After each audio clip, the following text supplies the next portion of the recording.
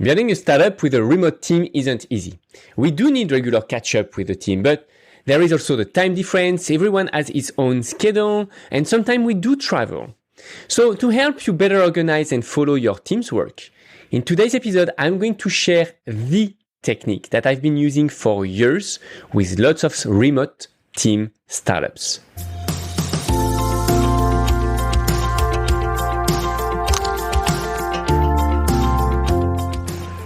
Hi, I'm Amaury, founder and CEO at My CTO Friend, where founders come to learn how to build their tech startup. And with this Startup Snack series available on both podcast and YouTube, we want to share the essential to make it easier for you to build your tech startup. And I recently set up a brand new team for a client of mine. And there are two things that are required to get everyone well organized in a team. The first thing is to have some clear tasks, a clear task to-do list. And the second one is to have regular catch-up to be sure that everyone is on the same page, that everyone are move towards the right direction. So for the task lists, obviously we need to centralize them on a specific tool, especially if we are a remote team. And the tool doesn't really matter. We can use whatever, Trello, Jira, Notion. It doesn't really matter. What is really important is to have a centralized place where everyone is updating on daily basis. Now, the second thing, regarding the catch-up, the meeting that we could do almost on daily basis, and I met some teams that do some meetings on daily basis.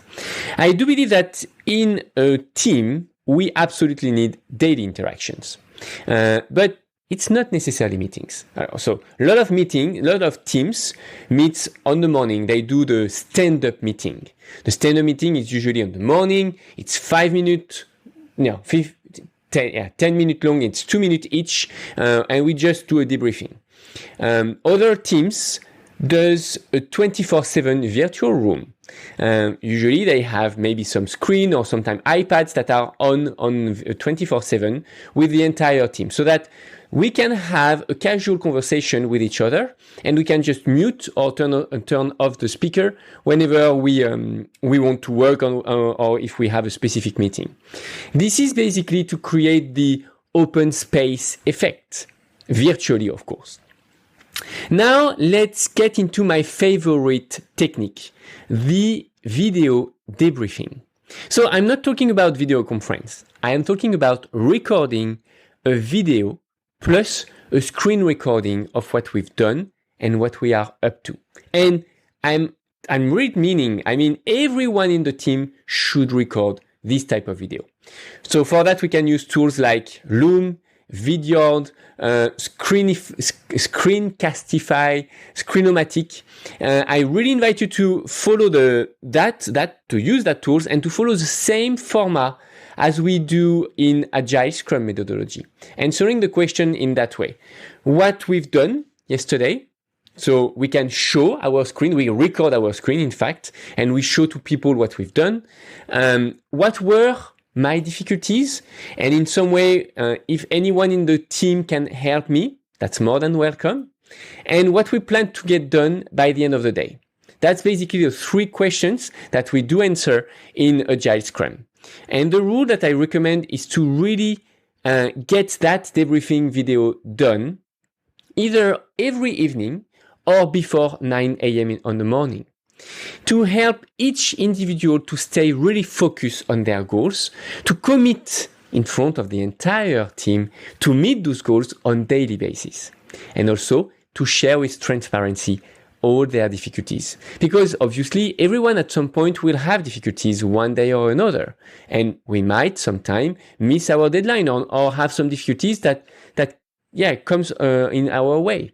So, and that's absolutely fine. What really matters in the culture of a startup is to develop ourselves, to develop the transparency in the team, to help everyone, not to become perfect, but to progress on daily basis. And each individual will progress with the support of the team. And then, if that's the case, the team will progress and then the company will grow. So now the very last point, of course, video do not replace all the meetings. So be sure to meet at least once a week with your team. I mean, meeting remotely if you are quite far, and if possible, at least once a month in person. And for worldwide team, of course, it would be way too expensive. I still recommend you to meet at least once a year in real life. And if you can, between teams, to meet once a quarter. So in conclusion, the number one technique to avoid long and boring meetings that are useless and that are going to make you waste tons of time is to record daily debriefing videos and screen recordings. It will not only help you and your team to be better organized, also focused, but also aware of what other does in the team. But it will also establish a real relationship with each other because, don't forget to turn on your camera when you meet with someone, when you record something. Because meeting without camera is like doing a real meeting with a wall in front of you, not seeing the person.